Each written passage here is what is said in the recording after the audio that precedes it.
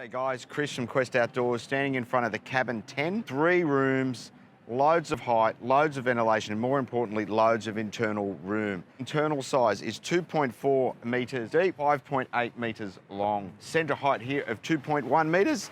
Out the front here, we've got this really large awning. Comes with the 4 hooktop awning poles out here. We use a Q-Tex 2000 polyester fabric, so that is waterproof to 2,000 millimetres.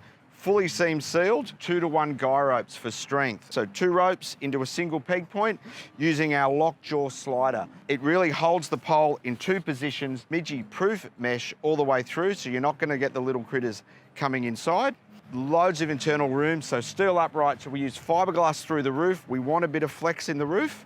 Comes with 2 dividing curtains. Loads of storage inside. We've got storage pockets, power cord entry points. On each end of the tent, we have a door as well, so there are 3 entry points into the tent. Get in and have a look at questoutdoors.com.au or any of our dealers nationwide.